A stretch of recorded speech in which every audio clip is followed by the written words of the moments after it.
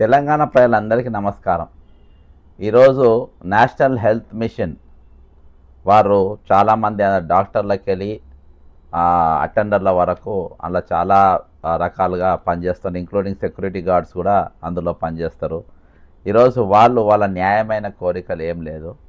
ఈరోజు వాళ్ళకు హర్యానాలో మరి ఏదైతే పర్మనెంట్ చేసిండ్రో అక్కడ క్రమబద్ధీకరణ చేసిండ్రో, హిమాచల్ ప్రదేశ్లో, మణిపూర్లో, మహారాష్ట్రలో, అరుణాచల్ ప్రదేశ్లో, రాజస్థాన్లో, పంజాబ్లో ఈ అన్ని జాగాలలో కూడా ఈరోజు వాళ్ళ రెగ్యులరైజ్ చేసిండ్రు.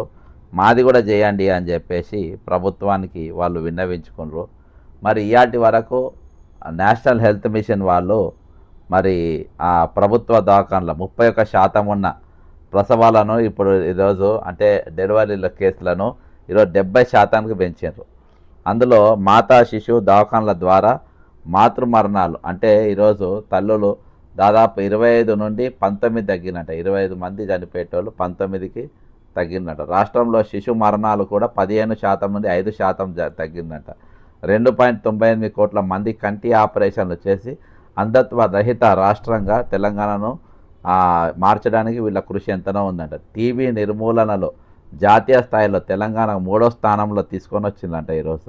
కాబట్టి ఈరోజు వీళ్ళు చేసినటువంటి కార్యక్రమానికి వాళ్లకు ప్రోత్సాహం ఇవ్వాలి. అంటే ఆల్రెడీ వాళ్ళు కాంట్రాక్ట్ బేసిస్లో పని చేస్తుండ్రు. కానీ రేవంత్ రెడ్డి గారు ఏం చేసిందంటే మీరు ఇంతమందికి మేలు చేస్తారా, ఇంతమందికి మీరు ఏది సావకుండా మీరు కాపాడతారా, అంటే ఈరోజు మరణాలు తగ్గిస్తారా మీరు, ఇట్లా చేస్తే మరి కార్పొరేట్ దవాఖానలు ఎట్లా బతకాలి? నేను మెడికోడ్ దవాఖానలు ఇప్పటికీ ఒక 5-6 దవాఖానలు ఓపెన్ చేయించిన, అవన్నీ ఎట్లా బతకాలి? ఈరోజు అపోలో వాడు ఎట్లా బతకాలి? 100 దవాఖానలు పెట్టిండ్రు. ఇప్పుడు వాళ్ళు ఎట్లా బతకాలి? కాబట్టి ఈరోజు వాళ్ళందరూ ఆ పెద్ద దవాఖానలు కార్పొరేట్ దవాఖానలు బతకాలని అంటే ఈరోజు మీరు ఇంత సిన్సియర్గా పనిచేస్తారు నడవది అని వాళ్ళని తీసుకుపోయి ఈరోజు కట్టుకొని చేతికి అప్పచెప్పిండ్రు. కట్టుకోళ్ళు అంటే ఎవరు? ఈరోజు ఏది అవుట్సోర్సింగ్ ఏజెన్సీలు ఉంటారు కదా, ఆ ఏజెన్సీలకు అప్పచెప్పి వీళ్ళని అవుట్సోర్సింగ్ పనులు లెక్క చేసిండ్రు. అంటే ఇక వీళ్ళకి సేమ్ ఇప్పుడు అవుట్సోర్సింగ్ ఎంప్లాయీస్ ఏ విధంగానైతే మన కష్టాల పాలవుతున్నారో వాళ్ళ లెక్కనే. వాళ్ళ టైంకు జీతాలు రావు, అర్థమైందా? టైంకు జీతాలు రావు. ఎప్పుడు పడితే అప్పుడు వీళ్ళని ఎప్పుడు పడితే అప్పుడు అందులోకెళ్ళి ఉద్యోగాలకి వెళ్ళి తీసేయచ్చు. బాగా పనిచేసేటోళ్ళని తీసి అవతల పడేయచ్చు, ఏమన్నా చేసుకోవచ్చు ఈరోజు, అర్థమైందా? ఈరోజు వాళ్ళందరినీ కూడా ఈరోజు ఆపరేషన్ థియేటర్ అసిస్టెంట్ కూడా వీళ్ళే పనిచేస్తారు. ఈరోజు సెక్యూరిటీ గార్డులు పనిచేస్తారు. డాక్టర్కి వెళ్ళి పేషెంట్ దాకా అందరినీ కూడా ఈరోజు సెక్యూరిటీ గార్డులు ఉంటారు, వాళ్ళని కూడా ఇది చేస్తారు. ఈ విధంగా వాళ్ళందరినీ కూడా ఈరోజు పగబట్టినట్టు చేసి వాళ్ళని తీసేస్తే ఏ విధంగా ముందుకు పోతుంది చెప్పండి? రేవంత్ రెడ్డి గారు ఏమైనా ఈ ప్రైవేట్ కంపెనీల బతికేయడానికి, ప్రైవేట్ కాంట్రాక్టర్ వ్యవస్థను పెంపొందించడానికి ఏజెన్సీలు మొత్తం ఇక మళ్ళీ ఇవే కదా, మళ్ళీ ఇంట్లో ఎవరియో ఉన్నాయో వీళ్ళే ఎవరియో ఉంటే ఇక వాళ్ళకు బతికేయనికే వీళ్ళందరినీ చంపుతూ ఉంటారు. ఇక మరి వాళ్ళంతా ఎట్లా బతుకుతారు? ఇలా పేదోళ్ళకి ఎట్లా బతుకుతారు? పేదోళ్ళకి ఎట్లా వైద్యం అంతది? పేదోళ్ళు ఈ ప్రభుత్వ ఆసుపత్రిపైనే ఆధారపడ్డ పరిస్థితి ఏంది?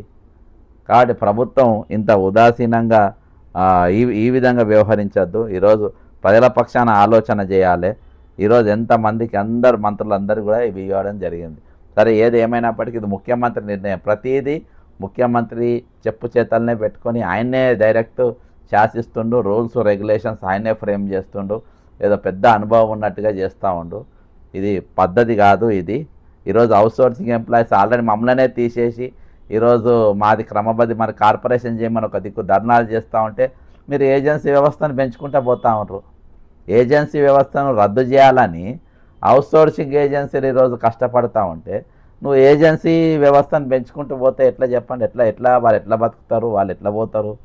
కాబట్టి ఇది మంచి పద్ధతి కాదు. ఈరోజు దీన్ని వెంటనే ఉపసంహరించుకోవాలనేది నేను డిమాండ్ చేస్తున్నా. మరి ఈరోజు డాక్టర్ మహేందర్ రావు పుట్ట ఆయన అధ్యక్షతన జేఏసీ చైర్మన్గా ఆయన ఉన్నాడు. ఆయన ఈరోజు పెద్ద ఎత్తున కార్యక్రమం చేసిండు. దాన్ని నన్ను కూడా పిలిచిండు. బ్రదర్ నమస్కారం బ్రదర్, మేము లైవ్లో తీసుకున్నా. గుడ్ ఈవినింగ్ బ్రదర్, లైవ్లో తీసుకున్నా. బ్రదర్, ఇప్పుడు ఒక దిక్కు ఒక పోరాటం జరుగుతూ ఉంది. ఈ ఏజెన్సీ వ్యవస్థ అనేది కట్టుకోలేకున్నారు. వాళ్ళు మమ్మల్ని మొత్తం పీక్క తింటుండ్రు. ఏజెన్సీ వ్యవస్థను రద్దు చేయాలని ఈరోజు అవుట్సోర్సింగ్ ఏజెన్సీ జేఏసీ ఒకటి ఫామ్ అయ్యి 3 సంవత్సరాల పెద్ద ఎత్తున ఉద్యమం జరుగుతూ ఉంది. దాని మీద ఒక కమిటీ వేసిండ్రు.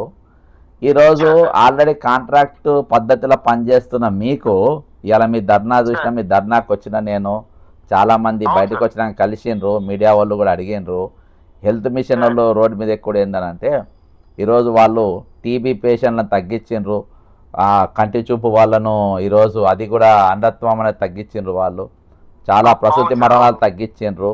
ఈరోజు చాలా పేదోళ్లకు చాలా అందదండుగా వాళ్ళు ఉన్నటువంటి వైద్యులు వాళ్ళని ఈరోజు అవుట్ సోర్సింగ్లో వేసిండ్రు. వాళ్ళని తీసుకుపోయి అవుట్ సోర్సింగ్ వ్యవస్థ ఎత్తేయాలి. అవుట్ సోర్సింగ్ వాళ్ళు అంటే ఎవరు ఏదో కట్టుకొని కప్పచెప్పినట్టే. ఆ విధంగా ఈరోజు వీళ్ళను తీసుకుపోయి వాళ్ళకి అప్పచెప్పినరు. మరి వీళ్ళు ఏ విధంగా అందిస్తారు అని జరుగుతున్నప్పుడు చర్చ జరుగుతుంది. అయితే ఇది పెద్ద ఎత్తున ఈరోజు ఇప్పుడు లక్ష్మయ్య గారిని కూడా, పులి లక్ష్మయ్య గారు జేఏసీ చైర్మన్ కూడా ఆయన అవుట్ సోర్సింగ్ ఎంప్లాయీస్కు అదర్ డిపార్ట్మెంట్స్ అన్నిటికీ కలిపి ఆయనను కూడా నేను లైన్లో తీసుకుంటా. ఇప్పుడు బ్రదర్ ఇప్పుడు ఏంది అలా స్పందన ఎట్లా వచ్చింది మీ ధర్నాకు అయితే చాలా బ్రహ్మాండంగా వచ్చిండ్రు, పబ్లిక్ బాగా వచ్చిండ్రు, వాళ్ళకు కూడా కొంచెం ఆశ వచ్చింది, ప్రభుత్వం దృష్టికి కూడా ఇది వెళ్ళింది.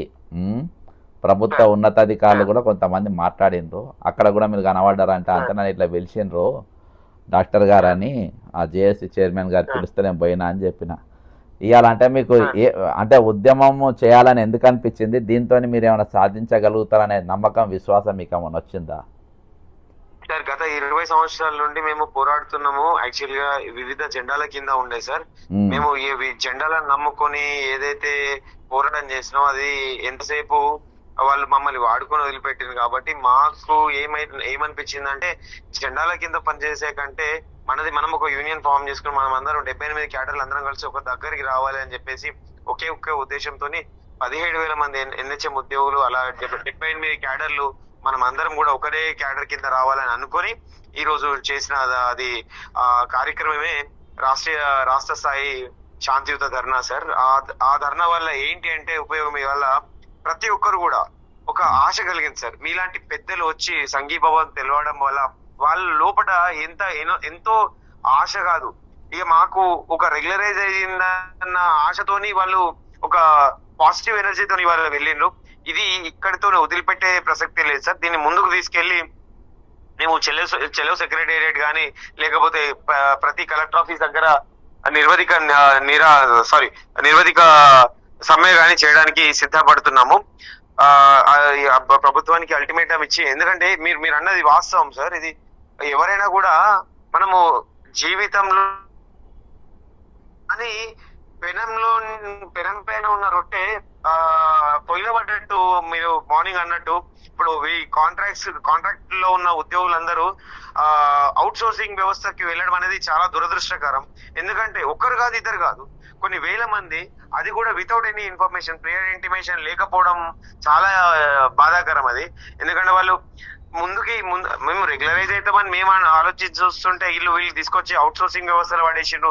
వివిధ రాష్ట్రాలలో స్టేట్ హెల్త్ స్కీమ్ అని ఉన్నది, మన స్టేట్ హెల్త్ సొసైటీ అని ఉన్నది. అలానే రెగ్యులరైజేషన్ వివిధ రాష్ట్రాలలో రెగ్యులరైజ్ చేసిండ్రు. అరే మాకేమో ఉల్టా జరుగుతుంది. మాకు ఫస్ట్ ఏమో ఏంటి చేసిండ్రంటే సార్, మా యాన్యువల్ ఇంక్రిమెంట్స్ కట్ చేసిండ్రు, లాయల్టీ బోనస్ కట్ చేసిండ్రు, పిఆర్సీ రాకుండా చేసిండ్రు. పిఆర్సీకి మాకు ఒక్కసారి పిఆర్సీ చేంజ్ చేసిండ్రు అంటే ఎన్హాన్స్మెంట్ ఇచ్చినామని చెప్పారు.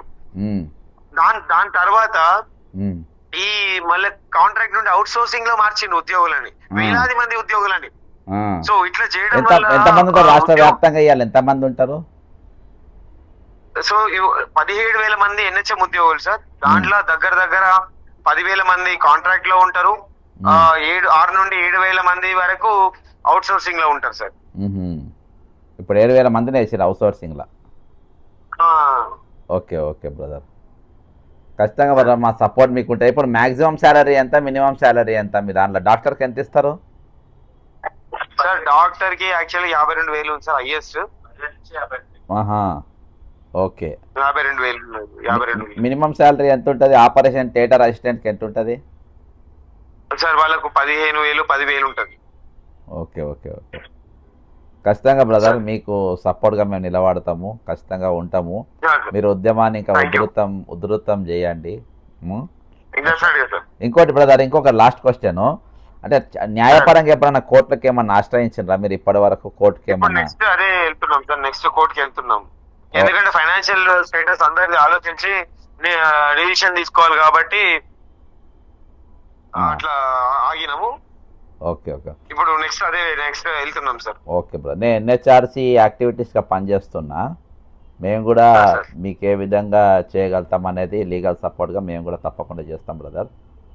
Thank you so much sir. Thank you brother. మీకు ఏమైనా కానీ మీ వందనాలు చెప్తున్నా. ఉద్యమాలు చేస్తుండ్రు మీరు, ఒక దిక్కు సేవ చేసుకుంటా, ఇంకో దిక్కు మీరు ఉద్యమాలు చేస్తున్నారు కాబట్టి మీకు మేమే కాదు ఈరోజు తెలంగాణలో ప్రతి పౌరుడు మీకు మద్దతు ఇవ్వాల్సిందే. Thank you sir. Thank you. All the best brother, all the best. ఇది మహేందర్ రావు గారు మరి జేఏసీ చైర్మన్గా చేసిండ్రు. అంటే ఈరోజు వైద్యం చేయాల్సిన వాళ్ళు ఈరోజు ఉద్యమాలు చేయాల్సి వస్తుంది. ఎవరి పుణ్యాన?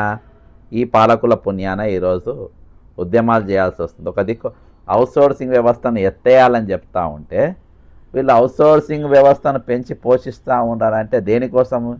ఇది ఎవరికి అనుసరణలో నడుస్తూ ఉంది? ఇది ఎవరి చెప్పు చేతల్లో ఉన్నది? ఈ అవుట్సోర్సింగ్ విధానం అనేది ఎందుకు ప్రోత్సహిస్తుండ్రు? కాబట్టి వాళ్ళు ఈరోజు అంటే సీనియర్ డాక్టర్ ఎత్తుకునే జీతము 52,000. అంటే వాళ్ళు ఎన్నేళ్ళు బతి చదువుతారు? ఎంబీబీఎస్ 7 ఏళ్ళు. అన్న నమస్తేనా? నమస్కారం. నీ కంగ్రాచులేషన్ చెప్తా. ఫస్ట్ కంగ్రాచులేషన్ చెప్పన్నా లేకుంటే ఇది దురదృష్టం అనాలనేది తెలియదు. ఇవాళ నేను లైవ్లో తీసుకున్న కారణం ఏంటంటే ఇవాళ నన్ను ఒక ప్రోగ్రామ్కి పిలిచిండ్రు ఇందిరా పార్క్ కాడ. నేషనల్ హెల్త్ మిషన్ వాళ్ళు దాదాపు వాళ్ళకి 17,000 మంది ఉంటారు. అయితే ఎవరో చెప్తే పిలిచిండ్రు, పిలిస్తే పోయినా. అయితే ఇవాళ వాళ్ళు కాంట్రాక్ట్ ఎంప్లాయీస్ అంట ఎన్ని రోజులు. అయితే అందులో వాళ్ళకి చెప్పక చేయకుండా దాదాపు ఒక 7,000 మందిని అవుట్సోర్సింగ్ ప్రవేశపెట్టిందంట. కాంట్రాక్ట్ వాళ్ళని తీసుకొచ్చి అవుట్సోర్సింగ్ పెట్టిండ్రంట. అంటే ఒక దిక్కేమో మీరు ఈ అవుట్సోర్సింగ్ అంటే ఏజెన్సీల కింద పెట్టిండ్రంట.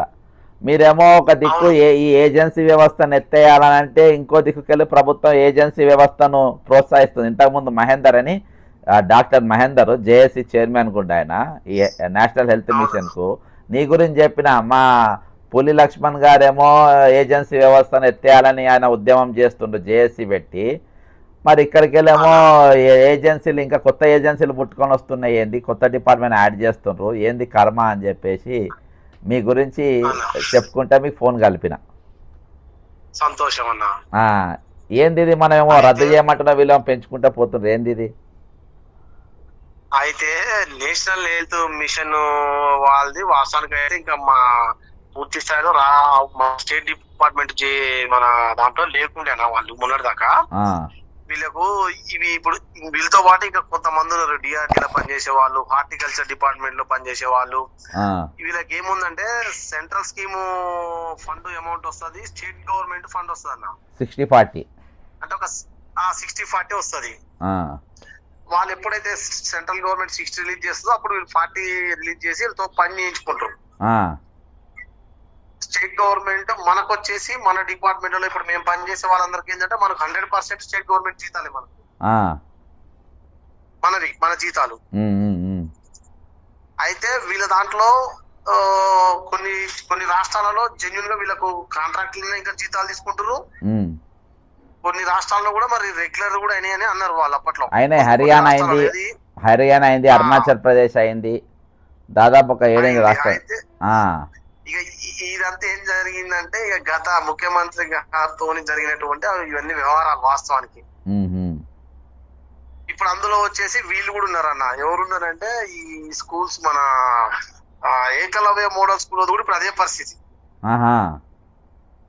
అందులో కూడా అవుట్ సోర్సింగ్ వాళ్ళు ఉన్నారు. అందులో కూడా వాళ్ళ స్టేట్ గవర్నమెంట్ సెంట్రల్ గవర్నమెంట్ ఇచ్చేది మొత్తం ఫండ్ కూడా అయినా కూడా ఇక్కడనే వీళ్ళ పని చేయించుకుంటారు. అయితే ఇక్కడ గవర్నమెంట్ మీరు ఏమంటారంటే సెంట్రల్ గవర్నమెంట్ వాళ్ళు మీరు ప్రపోజల్ పంపండి, అది మీ ఇష్టం అధికారాలు అంటారంటే. వీళ్ళు ఏమంటారంటే మీరు అధికారం ఇక్కడ రెగ్యులర్ చేయాలంటే ఫండ్ అంతా మీరే భరించాలంటారు వాళ్ళు. అంటే వాళ్ళు ఇచ్చే 60కి అదనంగా వీళ్ళు 40 వేసి రెగ్యులర్ చేయాలి వీళ్ళని. ఇప్పుడు 60 లెక్కలు కూడా కమిషన్ కొడుతుందంట. ఇప్పుడు కమిషన్ కాదు, వీళ్ళని అవుట్ సోర్సింగ్ ఉన్నారు కాబట్టి కమిషన్. ఇప్పుడు 60% కూడా ఒక సీనియర్ డాక్టర్కి ఇచ్చేది 52,000 రూపాయలు జీతం అంట. అబ్బా 20 ఏళ్ళు సర్వీస్ ఉన్నోనికి 52,000 జీతం అంట. ఘోరంగా ఉంది పరిస్థితి వాళ్ళది కూడా. అయితే మాకేమైందంటే మేము గవర్నమెంట్ మీద కొట్టడానికి మాకు అధికారం ఉంది మనకేమో. ఇప్పుడు వాళ్ళు ఏం చేస్తున్నారంటే స్టేట్ గవర్నమెంట్ అడిగితే మా చేతిలో ఏం లేదు సెంట్రల్ అంటాడు, సెంట్రల్ గవర్నమెంట్ అడిగితే మాదేం లేదు స్టేట్ గవర్నమెంట్ అంటాడు వీళ్ళని. నా గర్ నా ఘాట్ దోపిగా కుట్ట నా గర్ నా ఘాట్ లెక్క అయిపోయింది. అయిపోయింది.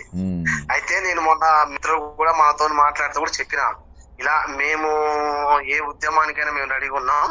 అయితే వాళ్ళకు మనకేమైందంటే మేమేమన్నామంటే మమ్మల్ని కనీసం ఇప్పుడు రెగ్యులర్ చేయకపోయినా ఏం కాదు, మమ్మల్ని ముందు మాకు ఆ యొక్క ఏజెన్సీలను తీసేయమని మనం అడుగుతున్నాం ఎప్పటి నుంచో. ఏజెన్సీ తీసేసి కార్పొరేషన్ చేయాలని అడుగుతున్నాం. మనం ఎప్పటి నుంచో అది అడుగుతున్నాం అన్న, అది అడుగుతున్నాము. సమాన పనికి సమాన వేతనం అడుగుతున్నాం, ఉద్యోగ భద్రత, ఈ మూడు ఖచ్చితంగా అడుగుతున్నాం మనం, ప్రతి సందర్భాల్లో అడుగుతున్నాం. వీళ్ళేమో రెగ్యులర్ అడుగుతా ఉన్నారు, వీళ్ళు ఎప్పటి నుంచో కూడా. రెగ్యులర్ కాదు, ఇప్పుడు ఉడవిక్కుని అవుట్ సోర్సింగ్ లో పెట్టిండ్రు కదా, ఇప్పుడు అవుట్ సోర్సింగ్ కట్టుకొని కప్ప చెప్పిండ్రు. ఇప్పుడు అది పరిస్థితి. కానీ ఏదేమైనా కట్టుకోడేమో ఒకటేసారి హలాల్ చేస్తారబ్బా. ఈ ఏజెన్సీ వ్యవస్థ అట్లా కాదు, ఫస్ట్ కాళ్ళు కోసుకుంటాడు, చేతులు కోసుకుంటాడు, ఏళ్ళు కోసుకుంటాడు, అంటే ప్రాణంతో నుండే మనిషిని అంతా కోసుకుంటాడు, ప్రాణం తీయడాడు, చిన్నగా తీసుకుంటాడు. ప్రాణం ఉంచే కాళ్ళు చేతులు కళ్ళు చెవులు అన్ని కోసుకపోతాడు వాడు. అవుట్ సోర్సింగ్ ఏజెన్సీ అంటే నాకు అర్థమైంది. మనం ఏం లేదు, డెఫినెట్ గా మనం ఒక ఈ మంత్ మొన్న కూడా మీ కూడా అంటే మన సభలో కూడా మీతో కూడా మేము చెప్పినాం, మనం సెప్టెంబర్ 30 వరకే ప్రభుత్వానికి డెడ్ లైన్ విధించినాం పూర్తి స్థాయిలో. అక్టోబర్ ఫస్ట్ వీక్ లో మాత్రం పూర్తిగా నేను అన్ని దుప్పట్లు గిప్పట్లు మా ఉద్యోగస్తులంతా తెచ్చుకుంటాం.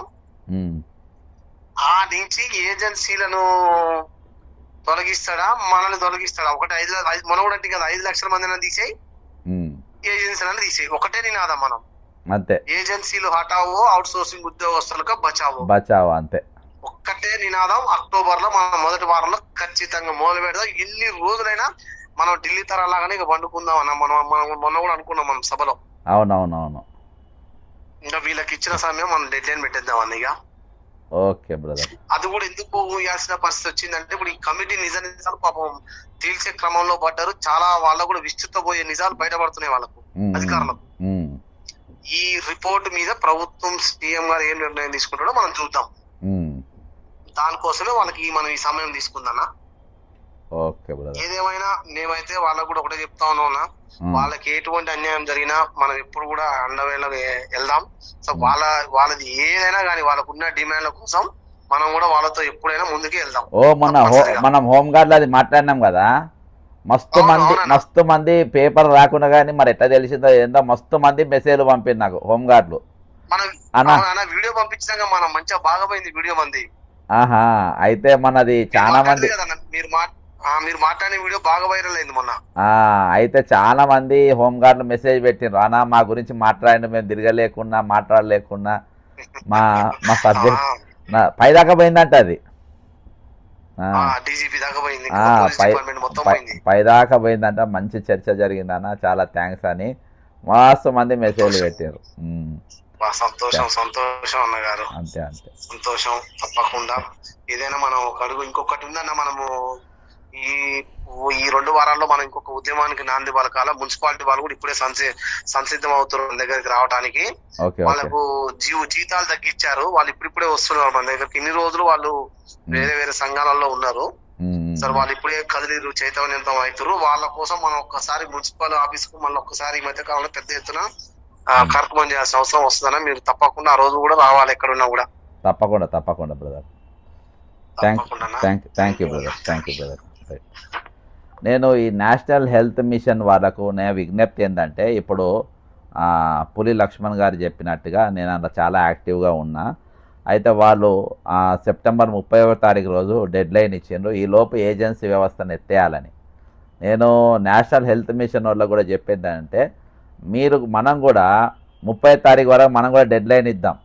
డెడ్ లైన్ ఏమని ఇద్దామంటే, ఈరోజు ఈ ఏజెన్సీ వ్యవస్థను ఎవరైతే కల్పినరో మీరు పుట్టించినరో అవి మొత్తం ఎత్తేసి మీరు ఇమీడియట్గా ఈరోజు వీళ్ళందరినీ పాత కాంట్రాక్ట్ పద్ధతిలో ఏ విధంగా పెట్టి క్రమబద్ధీకరణ చేసినరో వేరే రాష్ట్రాలు, హిమాచల్లో కూడా కాంగ్రెస్లోనే ఉన్నది, అట్లా మీరు కూడా ఆ విధంగా చేయండి. 30వ తారీఖు వరకు చేయకుంటే ఎట్లన్నా ఈరోజు పెద్ద ఎత్తున ఒక ఉద్యమం చేయబోతున్నామో ఇది ఏజెన్సీలు ఎత్తేయాలని. కాకపోతే ఇది 60-40 మధ్యలో ఉంది కాబట్టి ఇందులో మీరు కూడా పాల్గొంటే బాగుంటుంది. మీ డిమాండ్ కూడా ఇందులో మనం చేరిస్తే బాగుంటుంది. అందరు కలిసి ఏకతాటి మీదకి వచ్చి ఒక పెద్ద ఎత్తున ఉద్యమం చేస్తే బాగుంటుంది అని చెప్పేసి నా యొక్క అభిప్రాయం. దీనికి నేషనల్ హెల్త్ మిషన్ జేఏసీ మీరు ఆలోచన చేయాలి అని చెప్పి కోరుకుంటూ, దయచేసి బక్క జెడ్సన్ ఫ్యాక్ట్స్ ఛానల్ ఇది పూర్తిగా దగా పద్ద వారి గొంతుగా పనిచేస్తుంది. మీరు దీన్ని సబ్స్క్రైబ్ చేయండి కానివారు, అంతేకాకుండా మీరు షేర్ చేయండి, కామెంట్ చేయండి. జై తెలంగాణ, అమరవీరులకు జోహార్లు. మేరా భారత్ మహాన్ హై.